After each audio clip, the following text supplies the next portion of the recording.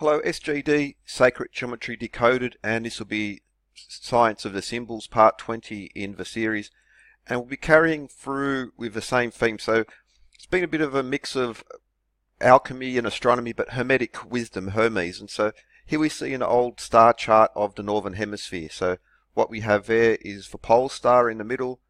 Around the outside we have the zodiac symbols, Libra, Scorpio, Sagittarius, Aquarius, etc. But how does this connect? Well, we'll get more into it, but alchemy and the Hermetic school of knowledge, Hermes, god of weights and measures, god of knowledge, and commerce. Commercial travelers need to navigate knowledge, all astronomy, commerce, weights and measures, measuring the stars. This all comes in together. And you see, when you look closely at the symbols, especially, well, it just all, it's quite a bit there. For instance, so this was, it's the old ancient Greek depiction. We'll have a look at the more of a modern Roman Mercury depiction. But here we see Siena Cathedral in Italy, and you can even see Hermes, Mercurius, Trismegistus. So Hermes, Trismegistus, Hermeticism, Hermes, the people involved in drawing these star charts, the alchemists of the time, the mathematicians. One thing that unites all of these people of this era with earlier Quadrivium knowledge is geometry, astronomy, music and arithmetic. This is undoubtedly the foundation stones that which joins them. You don't need hallucinogenics. Okay, so now the theme of astronomy, and especially of navigation, how this connects to Hermetic wisdom. Sun and the moon and the zodiac around the outside. The compasses, references geometry. What she also has is a quadrant, just like described by Gunther. Again, Circinus, dividers, the compass, and the octans. Now, I'll put the link back to episode 17 because we're looking at the southern hemisphere stars, and there we saw, and for instance, Pavo, the peacock, octans, well, Ara and Pavo, and how this was connected to the Titans and the Olympians, the Greek gods, and these legends describing a system of knowledge, not just a nice story, but it actually all connects. It begins with a story, but then it evolves into the measurable, the important things of a civilization, navigation, weights and measures, and of course alchemy or metallurgy, and these it just all blends in with these ancient stories. But for instance, in episode 17, the dividers and that constellation Circinus, we can see that in this depiction of astronomy in regards to the Quadrivium.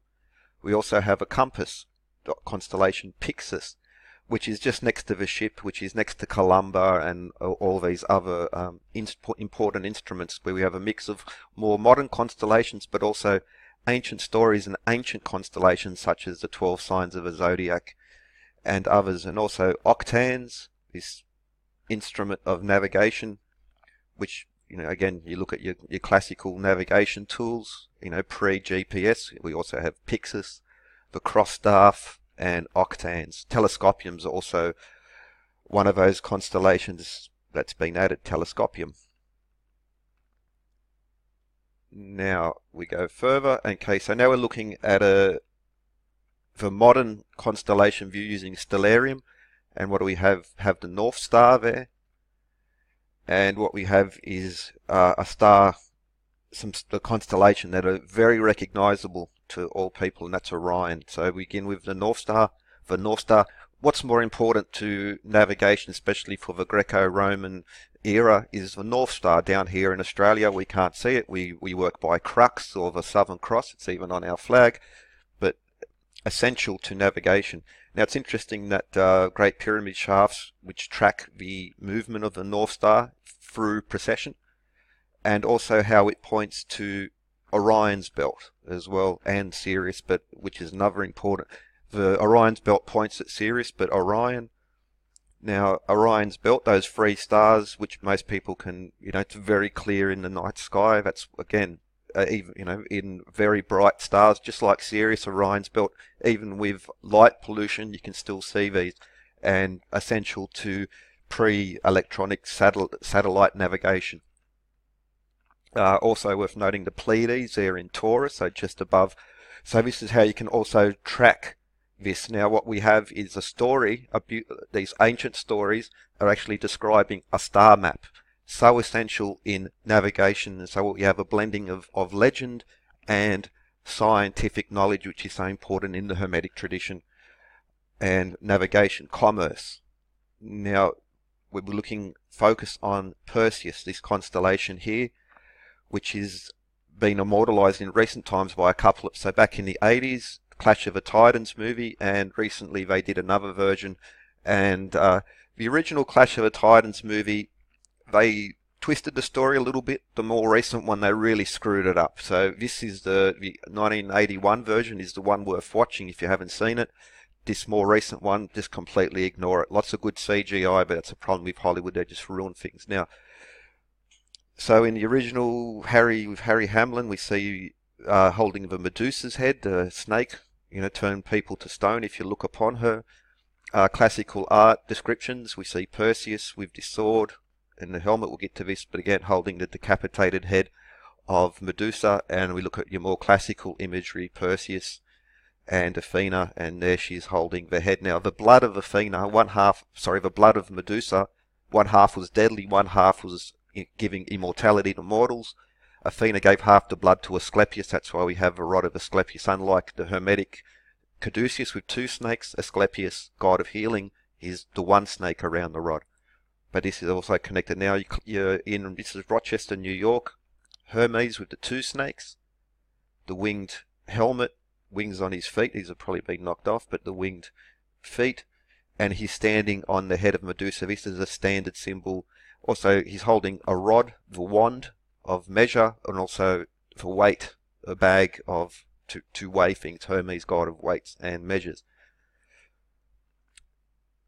He was a trickster god, commerce, weights and measures, travelers and knowledge. It's all blended in. Navigation, weights and measures for commerce, navigation for commerce. It's just all connects in.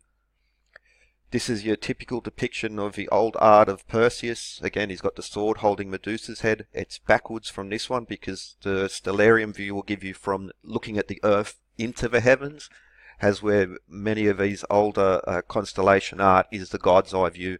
So you're looking outside the Earth, projecting it down onto the Earth, which is an important thing in places like Washington, Canberra, Brasilia, Astana, which are essentially cities which are also a star chart and embedded with these things. Okay, so the story of Perseus, he was tricked into... Perseus was the son of Zeus, and he was half mortal, half god. Now, Perseus was tricked in a quest to kill the Gorgon or Medusa. To aid him in his quest, Perseus received a number of gifts. The winged sandals of Hermes, Mercury. You can even, not the winged cap, but you can do the winged sandals. So he was able to fly with these. Now, the more modern stories, he wasn't able to fly until he got the winged horse Pegasus. But again, that's just a sort of modern twist on the old story. They've taken that out from the original. He also had the sword, adamantine sword, which was most descriptions was a curved sword, more like your old Egyptian swords. But that was one of his other gifts. Now he also got the helmet of Hades, god of the underworld, brother of Zeus, sort of invisibility helmet. And he also received a shield, or the Aegis, from Athena. Now the shield, or the Aegis, is a bit, now usually, say for instance Athena with the owl, the goddess of wisdom, but also of defensive military arts, usually depicted with holding the shield. Now, in other statues, you'll also see her. Now, this is also so that shield is the Aegis, but the original sort of description is that the Aegis was a goat hide. Now, you'll also see again Medusa's head on there, just like the shield. Now, this will go back to okay. So just below Perseus, we have the constellation Auriga. He's holding Capra, or the goat. Now, this is connected to the Aegis or the shield, which goes back to Zeus once more, and the origin of the cornucopia. Zeus, god of the sky, the eagle and the thunderbolt being one of his symbols. Now, the eagle, thunderbolt, also known as Jupiter, was Zeus to the Romans. He was one of the children of Kronos or Saturn, just like Saturn the father of Saturn, Uranus, was going to destroy his children. Saturn did the same thing. He overthrew his father. Then there was a prophecy that Saturn's children would overthrow him, so he ate them one by one, all of them except for Zeus. And Rhea and Kronos was the Titans, were the parents of the Olympian gods. And Rhea tricked Saturn into vomiting back up the children he had eaten by feeding him a rock, because he thought that this stone was Zeus, the child Zeus, because Zeus was the only one who he hadn't eaten yet. This goes back to part 17, and the peacock and Ara, the altar upon which the Olympians swore their oath in the war against the Titans, Saturn, and Zeus, moons Io and Europa. I'll put the link part 17 because we'll go into it more there. But of the children who were swallowed, only Zeus was not. His mother hid him away, and he was nourished by the goat Hemisphere. While playing with the goat, he accidentally broke off one of the horns. This led to one of the origins of the cornucopia, the horn of plenty. This was gifted to humanity. And just as he was nourished by the goat, so humanity would be nourished by the cornucopia. In appreciation of this, Amalthea was placed, the goat was placed in the constellation Auriga, just below Perseus there, and also one of the moons of Jupiter, just like Io and Europa in these stories connected to Zeus. Now, the Aegis was made from the goat, from the hide of Amalthea, and it was like basically in an invincibility sort of shield. Again, depicted sometimes as his hide, and usually the Medusa there on the front, and sometimes as a shield. Athena also holds a cornucopia. I'll put the link to the cornucopia series in here, but back to Perseus and these gifts. He also received another gift. Zeus ordered Athena to send her owl of wisdom, Bubo, to help Perseus. Instead, she had Hephaestus, the god of metalwork, or Vulcan fire, make a mechanical replica rather than part with her owl. So this owl symbolism connected to Athena once again, goddess of wisdom, defensive arts. Now, using the shield, you can't look at Medusa; she would turn you into stone. Perseus used the shield to the reflection to see her. That way, he was able to overcome her, cut off her head, and when he decapitated her, the winged horse Pegasus, this constellation, sprung forth from her body. Now, Equus, this horse constellation there, we see there still in the modern art, and there we have the dolphin constellation Delphinus. Now, this is another one of these constellations which has lost its original meaning. So, Delphinus is now depicted in your more original dolphin form. Well, not original, more, like Flipper. This was the original Delphinus, this more sort of grotesque looking thing. Here we see Poseidon with the water horses, Hippocampus, and his chariot at the front would be Delphinus. So we can see some of those dolphins there which match this thing. Now, Delphinus got its position in the heavens because Poseidon proposed to Amphitrite, but she refused his initial proposal, ran away and hid in the mountains, and then Delphinus found her and convinced her to come back to Poseidon, and in appreciation, Delphinus the dolphin was rewarded with their place in the stars. Now, this will connect to Poseidon or Neptune, because Equus, now Poseidon's the patron god of horse racing, and we see this horse connected there. So Poseidon, Neptune, the brother of Zeus, one of the Olympian gods. Which brings us back to this star chart and Cepheus and Cassiopeia, this constellation here. Now, Cepheus and Cassiopeia are the parents of Andromeda, and that connects to Perseus and to Neptune, because Cepheus claimed his wife Cassiopeia was more beautiful than the Nereids. This upset Poseidon / Neptune quite a bit, and he was offended, so he sent the sea monster Cepheus in punishment. So just like in the movie shows. Okay, so Cepheus claimed his wife Cassiopeia more beautiful than Nereids. That upset Poseidon, Neptune, no end, and so he sent Cetus, the sea monster, in punishment to attack the city. Now, to save themselves, they chained their daughter Andromeda to a rock as an offering to the sea monster. Now that brings us back to Perseus, because on his way home, Perseus come across this, and he saw Andromeda chained to a rock, and so he used the severed head of Medusa the Gorgon, and he turned the sea monster in the stone. So even in the movies, they still sort of stay true to that part of the story, at least. Now, and then Perseus and Andromeda were married, and they founded the Perseid dynasty of Mycenae, which was a civilization forerunner to classical Greek cultures.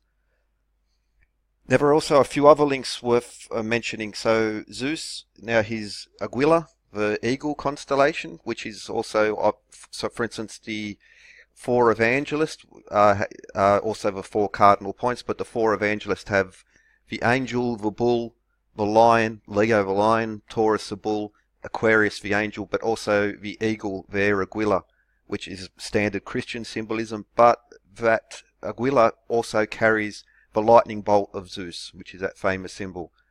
Now, just over the side here we have Hercules, or Heracles, the Greek name. He was the son of Zeus. Everyone's probably heard of Hercules. And we also have the constellation Lyra. Now that brings us back to Hermes. So the Hermes, there was almost war on Olympus because Hermes and Apollo were fighting over the cattle. It's a sort of interesting story, but Hermes made a lyre out of tortoiseshell, and he gave that to Apollo as an offering of peace. And Apollo liked it so much that he gave him a magic wand of an olive branch to Hermes. Hermes later found two snakes fighting. That's where you get the classical caduceus, but again, the wand, the measuring rod, but also the lyre. But there's also another story of Orpheus connected to the lyre, and that was thrown into the river, and Zeus ordered an eagle to salvage that lyre from the river. So that's another connection in there as well. So there's quite a bit of okay. While I'm here, okay, now I'll leave that for another one. But yeah, Hermetic knowledge, the Quadrivium, and how it doesn't just apply to astronomy, geometry, arithmetic, and music. Through weights and measure, things like navigation, these other aspects come to the fore, and so that's why. So there's a story. These stories also incorporate science knowledge and well, especially navigation. But okay, weights and measures are so important. But you learn the story as a child, and then as you grow up and you become a navigator, for instance, because especially people in the Mediterranean, shipping was so essential to them. And you need to know the stars. Now, this is a universal thing, of course, and that's why certain constellations are just, even though their names might be different, stories might be different, but they're still really important globally. But yeah, so these classical stories contain quite a bit of information, interesting stuff. And yeah, there's more to this to come, but I'll put the link because, for instance, back in episode 17, I mentioned Parvo, which would be over here in the southern, so that's the south pole over here, and we have Parvo and Ara connected to there, but also the Phoenix constellation and Fornax, which was the alchemical, the chemist's laboratory, amongst these other things. Yeah, that link will be in the description. I'll also put a link in the description to the cornucopia because now Iridineus, I forget, sorry, the name of this constellation is off the tip of, can't remember, but it represents the river Tiber, that river which ran through Rome, and that also connects to the cornucopia as well. But yeah, I'll put the cornucopia series because that joins with this, and part 17 from this series because yeah, the constellations and the information contained in them. Part 18 and 19 I talked about craft symbols, as in the Freemasonic craft, and you have another one there with triangulae, and also Musca used to be here, but okay, that's another thing. So with that, I hope you enjoyed, and we'll be getting returning back to the more alchemical aspects of it. But as a building block of Hermeticism, this is just really important, and it's something, unfortunately, which is being lost on the more um, I don't know. I don't which was a better word, but the new agey stuff which goes out there, which sort of claims that as long as you take hallucinogenics, all this will appear to you. Well, no, it doesn't. It's about study and learning. You can't just get things. Anything that's too cheap is because it's not valuable in that way. And so, yeah, study, measure, and the truth shall set you free.